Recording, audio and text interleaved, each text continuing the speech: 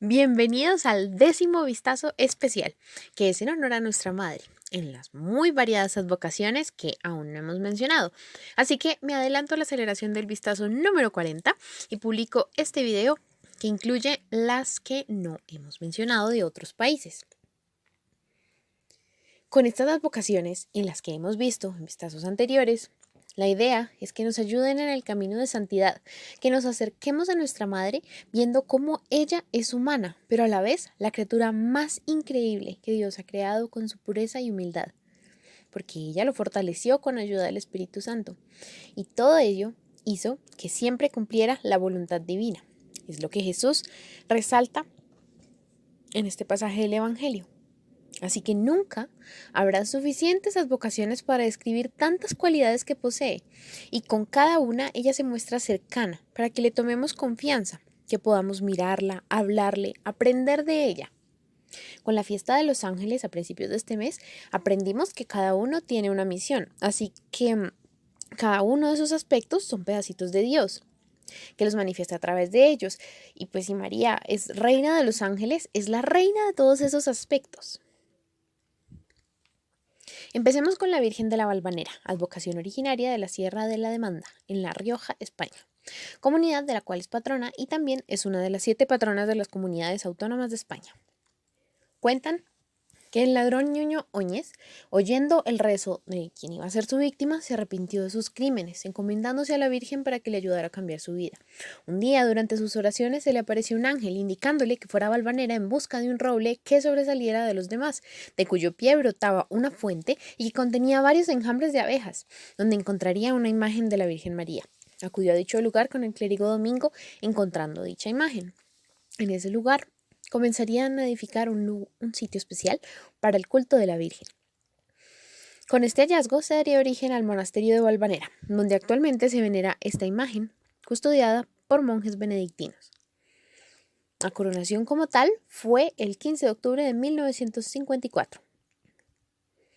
La parroquia queda en la calle 17A Sur, en Bogotá, Colombia, número 21A2, cuya foto tomo de Google. Y este es su precioso interior. Súper recomendado que vayan a conocerla. También tenemos a Nuestra Señora de los Alpes, conocida como Nuestra Señora de la Uz.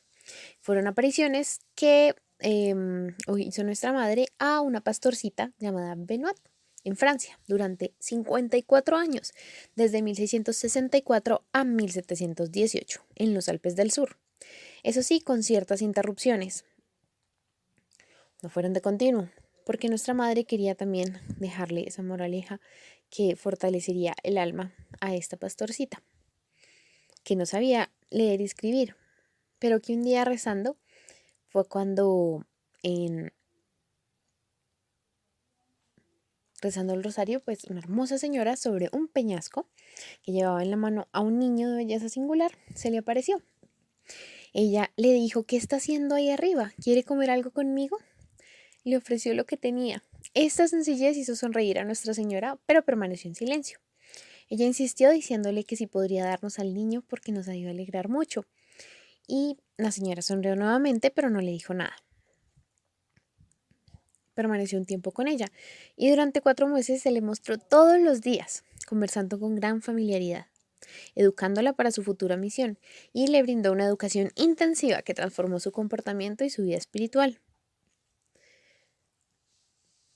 Benoit cuenta sus visiones a la dueña del rebaño, quien en un principio no le cree, pero que una mañana la sigue en secreto hasta el pequeño valle de Fourche. Una vez allí no consigue ver a la señora, pero oye las palabras que ésta dirige a Benoit. La aparición pide a Benoit que advierta a su dueña de los peligros que corre su alma, tiene una mancha en la conciencia, que haga penitencia. Afectada por aquello, ésta se corrige y vuelve a frecuentar los sacramentos y vive el resto de sus días muy cristianamente. Miren todo el bien que nos hace Nuestra Señora. El 29 de agosto, Benoit pregunta a la visitante cómo se llama. Ella le responde: mi nombre es María, la madre de mi muy querido hijo. A fines de septiembre se da cuenta que hay una aparición nuevamente después de la ausencia de un mes y le toca pasar por un río, pero como el viejo puente está mal, va sobre una gran cabra. Cuando llega, le pregunta: ¿de dónde habías privado? ¿Por qué me has privado de este honor? Y en adelante, Nuestra Señora le dice: ve al laúd, allí encontrarás una capilla que exhala buenos olores. Allí estaré. Hablarás muy a menudo conmigo. Y así fue. En adelante, siempre la siguió viendo allí. Le comenta su plan. Le pedí a mi hijo este lugar para la conversión de los pecadores y él me lo concedió. A partir de otoño, la Virgen María le dice a Benoit que pronto allí estarían todas las cosas necesarias para adorar a nuestro Dios. Y en ese lugar se construiría una iglesia grande, con un edificio para los sacerdotes residentes para que confiesen peregrinos. Imagínense qué bien.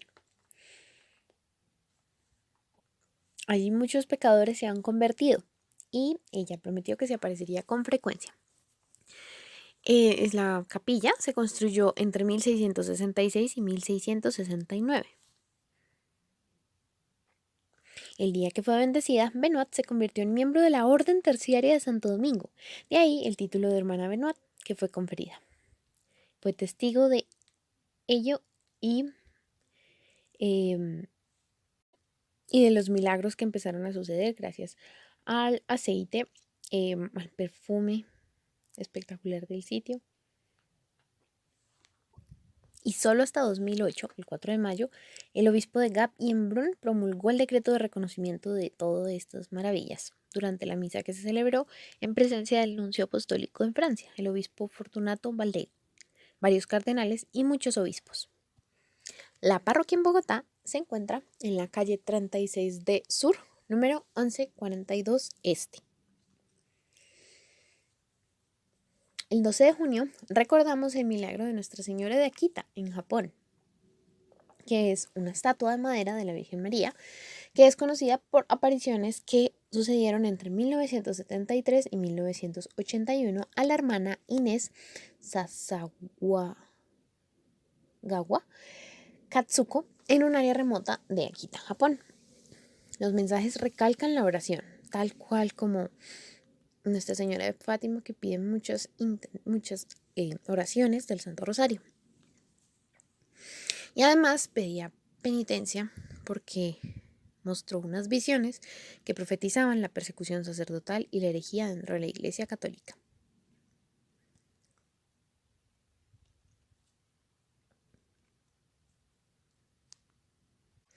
Los días 12, 13 y 14 de junio de 1973, Sor Inés vio unos rayos luminosos que salían del sagrario de la capilla.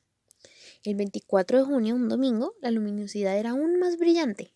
El 28 de junio, una herida en forma de cruz se formó en la palma de la mano izquierda de Sor Agnes, como también se le conoce, y le causó un dolor tan fuerte. Y esa misma herida se veía reflejada en nuestra madre. Era como si las dos juntas estuvieran siendo corredentoras con penitencia por los pecados de todos. El 5 de julio ya ha menguado un poco el dolor. Y el 6 de julio, a las 3 de la mañana, su ángel de la guarda se le aparece y le dice: no temas. Se le distingue como el que está a tu lado y la guarda. Le dice: ven, sígueme. No reces únicamente por tus pecados, sino en reparación por los pecados de la humanidad. El mundo actual hiere al Sacratísimo Corazón de Jesús con sus ingratitudes y sus ultrajes. Algo muy actual. La herida de la mano de la Santísima Virgen María es mucho más profunda que la tuya. Y la lleva a la capilla. Allí el ángel desaparece. Ella se arrodilla delante del altar frente al sagrado en adoración profunda. Se acerca a la estatua de la Virgen María para mirar la herida que tiene. Y apenas lo hace, escucha una voz dulce que, aunque pues Sor Agnes estaba sorda, logra escucharla.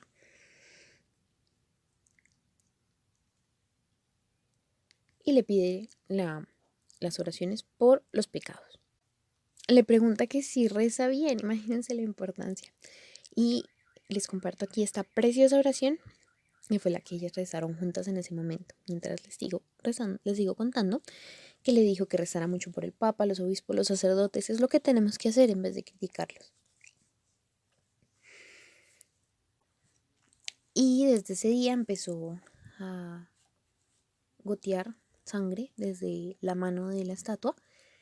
Se repitió 4 veces y permaneció esa llaga hasta el 29 de septiembre, cuando la estatua comenzó a sudar, especialmente por la frente y el cuello. Y todo eso se conserva muy actualmente de lo que se recogió de eso. El 25 de julio, Monseñor Ito se dirige al convento para verificar el sangramiento y al día siguiente la imagen sangra de nuevo, esta vez más abundante y oscuro. Y a la vez Sor Agnes siente un dolor, Sor Inés siente un dolor violento en la herida de su mano. El 27 de julio el ángel le dijo: tus dolores terminarán hoy, guarda con mucho celo el recuerdo de la sangre de María y grábalo en tu corazón, porque esa herida de María tiene un significado muy importante. Ha sido hecha para obtener vuestra conversión, para implorar la paz, para reparar las ingratitudes, ofensas, ultrajes e injurias que Dios recibe. Luego, el 3 de agosto de 1973, también un primer viernes, se le aparece diciéndole que necesita más personas que se ofrezcan para aplacar la cólera del Padre Celestial, porque ella en verdad ya no puede más, que necesita que nosotros también participemos de esa ayuda, del cambio, y que le dijera a sus superioras que para la comunidad también era súper importante que amaran la pobreza, que se santificaran y rezaran en reparación de la ingratitud y los ultrajes de tantos hombres. La Virgen le pregunta a Sor Inés si en verdad ella quiere ser digna esposa del esposo de su hijo, hacer sus votos y estar adherida a la cruz con esos 3 clavos que son pobreza, castidad y obediencia, siendo la obediencia el fundamento, porque es dejarse guiar por su superior con total abandono y así sabrá esa persona cómo dirigirla correctamente. El 29 de septiembre, sábado, fiesta de San Miguel Arcángel, patrón del Japón, los milagros se multiplicaron. Mientras Sor Inés rezaba el rosario con otra hermana, la estatua resplandecía con rayos luminosos envuelta en una luz blanca. Allí es cuando se cierra la herida y además secan el sudor con gasas y algodones, de manera que una vez que esto se seca en la estatua, los algodones exhalan un perfume inefable que olía a rosas, a lirios, a violetas, todo espectacular.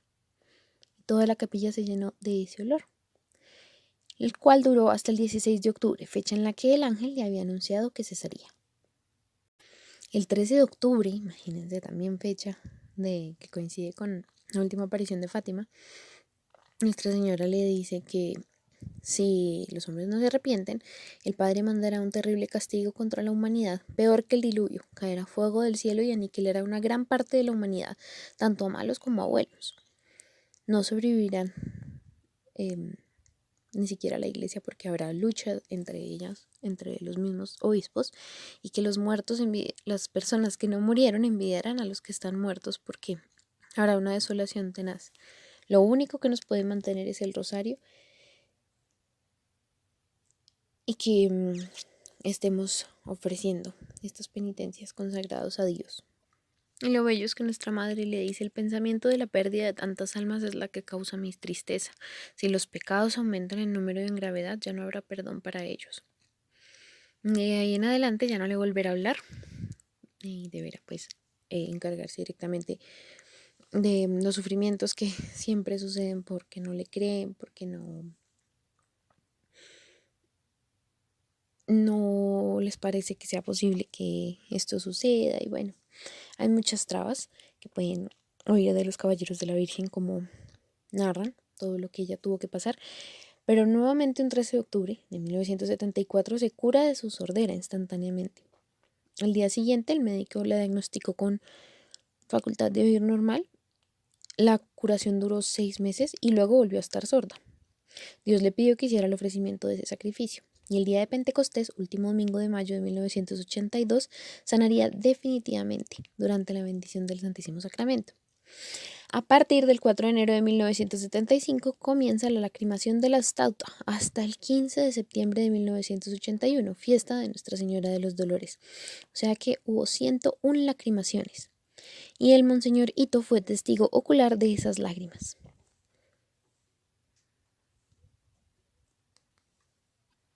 El 26 de agosto se celebra a Nuestra Señora de Czestochowa, patrona de Polonia, que según la tradición, después de la crucifixión de Jesús, cuando la Virgen María se trasladó a la casa de San Juan, llevó consigo una mesa hecha por el Señor en el taller de San José. Se cuenta que cuando las mujeres piadosas de Jerusalén le pidieron a San Lucas que hiciera una pintura de la Madre de Dios, fue la parte superior de esta mesa la que el apóstol utilizó para pintar la imagen. Mientras aplicaba los broches y la pintura, San Lucas escuchaba con atención cómo la Madre de Jesús hablaba de la vida de su hijo, lo que fue utilizado luego para escribir su evangelio. Se cuenta que esta imagen permaneció en Jerusalén hasta que fue descubierta por Santa Elena en el siglo IV y llevada a Constantinopla. Más tarde, durante el terrible reinado del emperador Isaurin, quien rechazaba los objetos sagrados y había destruido muchos a fuego, la imagen fue salvada por su esposa, la emperatriz Irene, quien demostró gran astucia al esconder la imagen en el mismo palacio del emperador, donde nunca se les hubiera ocurrido buscarla. En Constantinopla permaneció 500 años, hasta que se convirtió en objeto de varios dotes y así fue como llegó a Rusia, a la región que más tarde se convirtió en la actual Polonia. Poco tiempo después, cuando el castillo fue asediado por los tártaros, una flecha enemiga penetró en la capilla por una ventana hasta el ícono, causando un rasguño en la garganta de la Virgen. La lesión permanece hasta el día de hoy porque nunca se ha dejado de reparar. Las crónicas narran que San Ladislao se determinó a salvaguardar esta imagen de invasiones de tártaros que siguieron, trasladándola a Opala, su ciudad natal, donde estaría más segura. En este viaje pasó por Czestochowa, donde pasaron la noche, y con esa breve pausa fue trasladada a Yasnagora, significa colina luminosa. Ahí fue colocada en una pequeña iglesia de madera llamada la Asunción. A la mañana siguiente, después de haber colocado la imagen con sumo cuidado, los caballos ya se rehusaron a moverse, ya no la pudieron sacar de ahí, así que lo vieron como una señal del cielo para permanecer en Czestochowa. San Ladislao hizo regresar la imagen solemnemente a la iglesia de la Asunción y el 26 de agosto de 1382, por eso este día es su fiesta, se construyó una iglesia y un monasterio de los padres paulinos, quienes devotamente la han cuidado en los últimos 6 siglos. Y también allí conservan la documentación de los numerosos milagros atribuidos a esta intercesión que han sucedido desde entonces. La imagen fue puesta nuevamente en peligro por los husitas, quienes abrazaron herejías extravagantes, invadiendo el monasterio de los padres paulinos en 1430 y saquearon el santuario. Entre los objetos se llevaban a Nuestra Señora, y al colocarla en el vagón se dieron cuenta que no avanzaban los caballos, así que, recordando lo que había pasado más de 50 años atrás, se dieron cuenta que debían dejarla ahí. Pero entonces uno de los ladrones sacó su espada y golpeó la imagen. Le causó 2 cortaduras profundas en la mejilla que podemos apreciar acá. Cuando se preparaba para golpearla por tercera vez, cayó al suelo y se retorció en agonía hasta que murió. Esto es porque Dios protege a su elegida, a nuestra madre, madre de su hijo único. Y estas heridas tampoco pudieron repararse nunca más porque por más intentos de restauración no ha sido posible. La imagen estuvo nuevamente en peligro en 1655, cuando 12.000 suecos se enfrentaron a 300 hombres que protegían el santuario.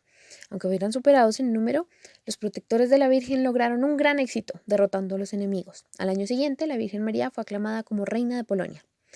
Cerca de nuestros tiempos, el 14 de septiembre de 1920, cuando el ejército ruso se estableció en el río Vístula, se preparaba para invadir la ciudad de Varsovia, el pueblo recurrió a la Virgen. Al día siguiente, fiesta de Nuestra Señora de los Dolores, el ejército ruso se retiró, después que la imagen de la Virgen apareció en una nube sobre la ciudad.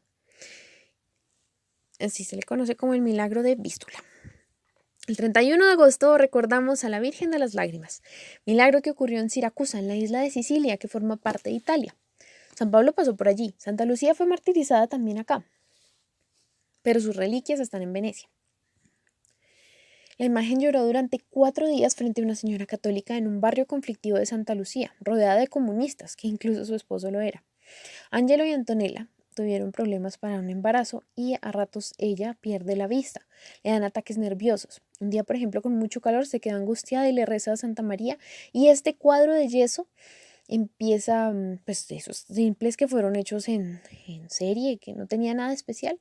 Estaba en el cabezote de su cama y notó que de repente la imagen comenzó a cambiar la expresión y brotaron 2 lágrimas.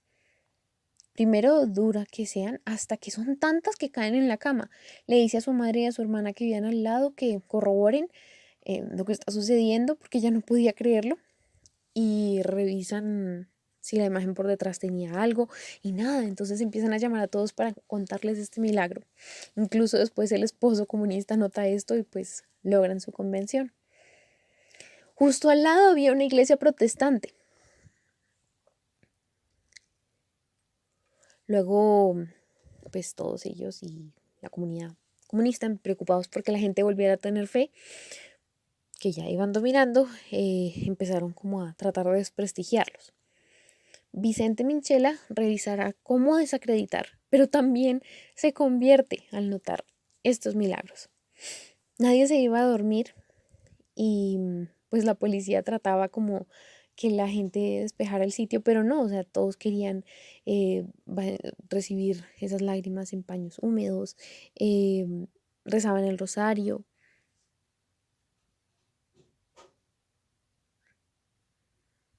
Y todo esto, pues era súper importante para mover el corazón de Dios, que es lo que más le gusta, la oración de los humildes.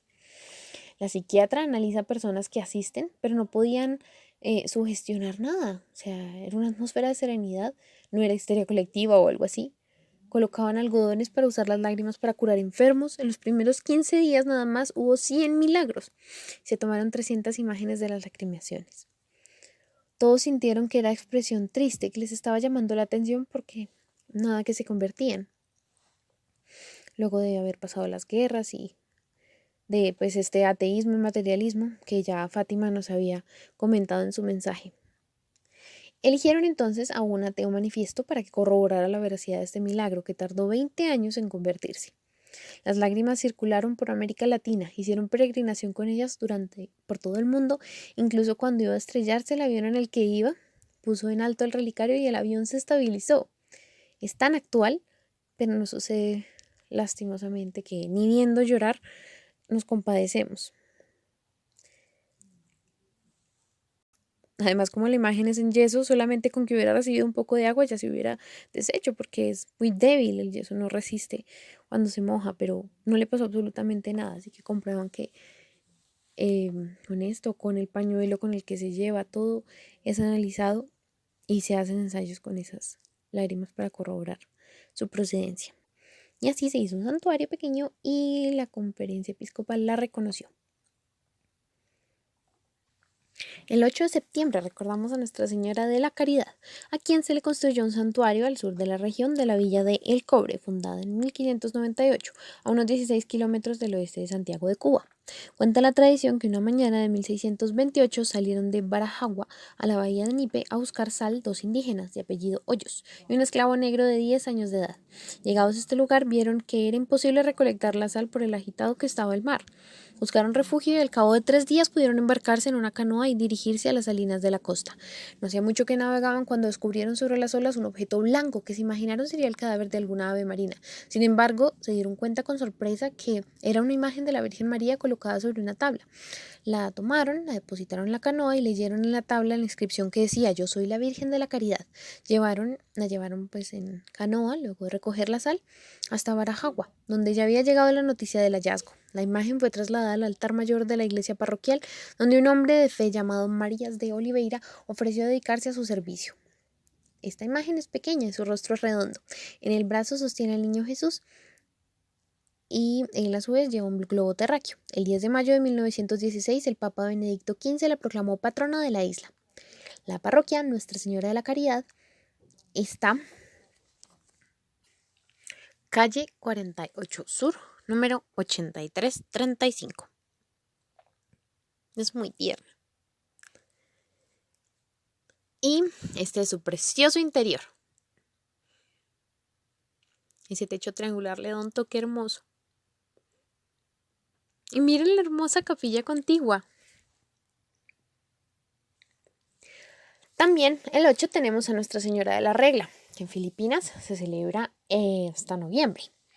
Pero son fiestas que nos recuerdan que nuestra Madre nos ayuda para que espiritualmente ya no haya desesperación.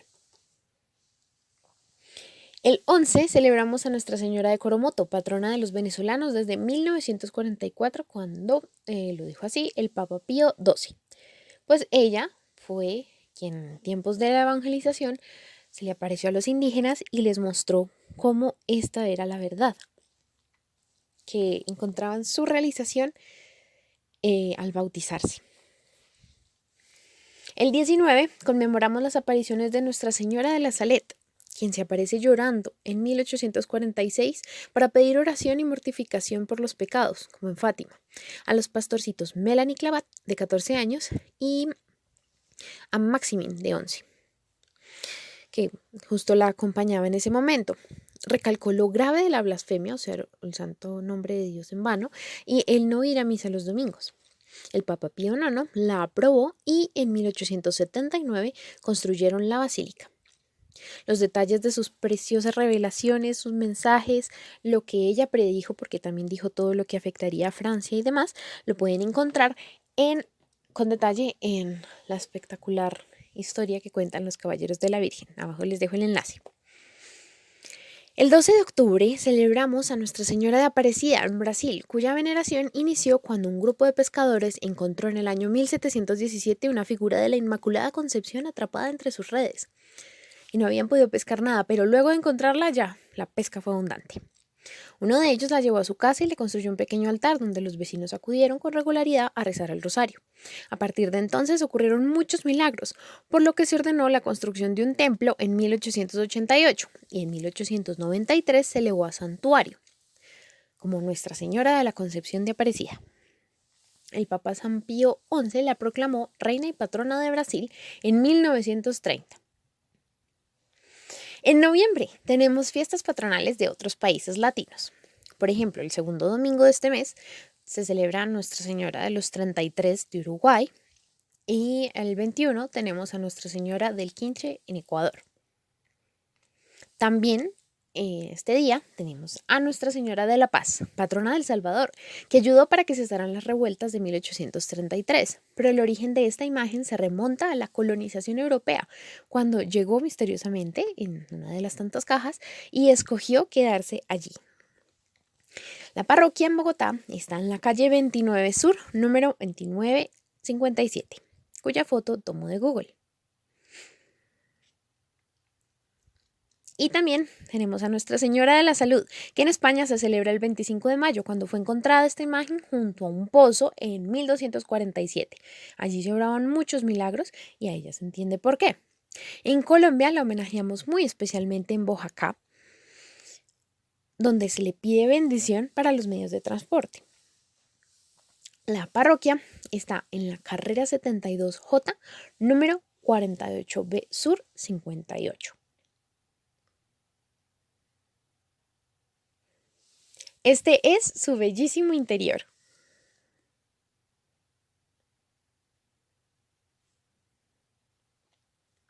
Y su capilla también, lindísima.